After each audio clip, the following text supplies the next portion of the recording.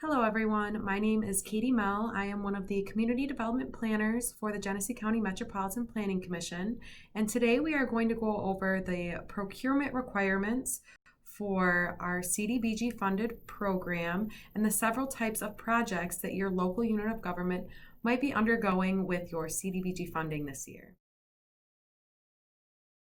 Community Development Block Grant Procurement Requirements for obtaining goods and services. There are four main categories of projects that CDBG funding will be utilized for. Each of these categories requires a different type and level of procurement. The four main types of projects that fall under CDBG funding are public service projects, construction projects, demolition projects, and code enforcement. Some examples of public service projects are senior center operations, youth programs, training programs, and food pantry assistance for low to moderate income individuals. Typically, public service projects will not have any procurement documentation. If there was a single item purchased for more than $250, 3 price quotes should be obtained when making the purchase, and the lowest price selected. Some examples for construction projects are improvements to public facilities such as roof or flooring replacement, or improvements to streets or sidewalks in low to moderate income areas. For construction projects, it is best to visit the program year bid packet to follow the detailed procurement procedures provided. If you do not have the bid packet, it can be requested from your project manager. If conducting a construction project, there are 2 options for completing the work. The first is that your local unit of government obtains a contractor to perform the work. For projects over $10,000, a bid advertisement must be posted in the Flint Journal and Flint Area Building Trades or another local trades journal. The advertisement must be posted for at least 10 to 14 days, ensuring that a sufficient amount of time is provided prior to bid opening. It is important to note that the advertisement must be sent to at least 3 different minority-owned, woman-owned, or disadvantaged individual-owned businesses. If the project costs less than $10,000, a bid advertisement does not have to be posted. It is required that at least 3 companies are asked to submit bids and that at least one of those companies is a minority, woman, or disadvantaged individual-owned business.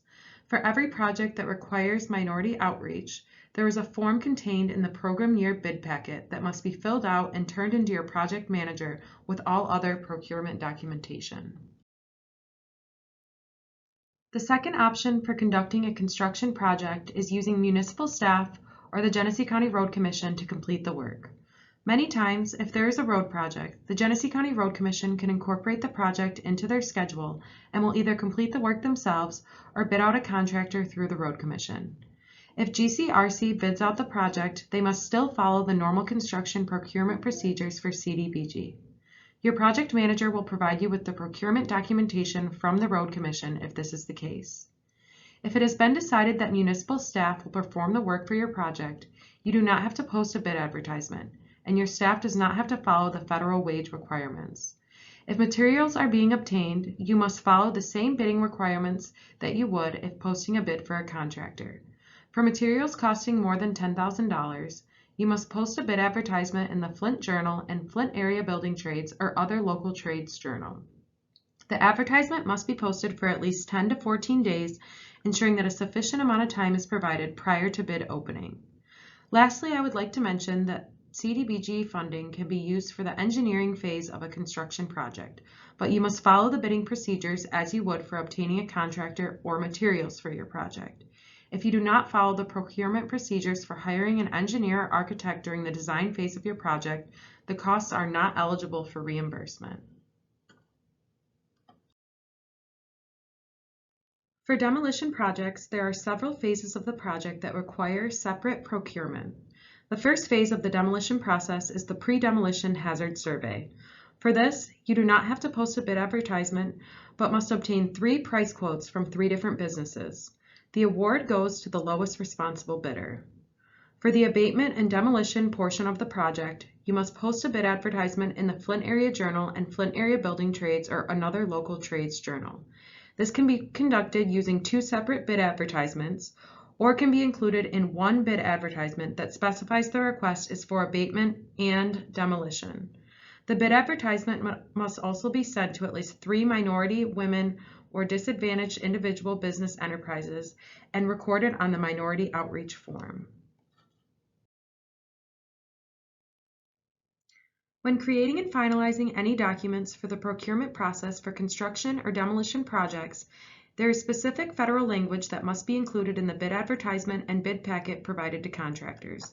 It is extremely important that you consult with your project manager and submit any documents for review before finalizing. This is to ensure that all proper federal language is included and proper federal wages are going to be applied. Once you send your bid advertisement to your project manager, they will send you the wage decision for the project, which is to be included in the bid packet for contractors. If these steps are not complete, the project may have to be rebid, or the project will be deemed ineligible and funds may not be reimbursed. As stated before, for construction projects, it is best to visit the CDBG bid packet provided for the program year.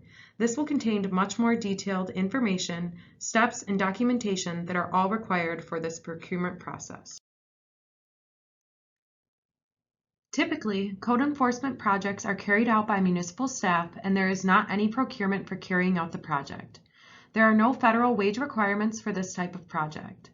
It is important that all addresses are kept track of in an Excel sheet so that low to moderate income areas can be confirmed by GCMPC staff. When submitting your reimbursement request, you will include the Excel sheet and payroll information for the staff conducting the inspections. During on-site CDBG file monitoring, staff is looking for all CDBG files located at local unit of government offices to match the files kept at the GCMPC office. To ensure this, it is best that subrecipients copy and save any documentation submitted to GCMPC in respective project folders at the time of submission. Saving any relevant correspondences with GCMPC staff or participating contractors regarding a CDBG project is highly recommended. Each CDBG project should have its own project folder where the listed documentation should be saved along with any submitted reimbursement requests. HUD's recommended record retention is at least 4 years after the project's contract end date, and documents should be kept on file, up to date, and readily available upon request. The documents listed on the screen are the several documents that you may be required to save for your project when applicable. So I hope this video was helpful for those that are either new to our CDBG program, or maybe you just needed a refresher on the procurement process for our CDBG funded projects.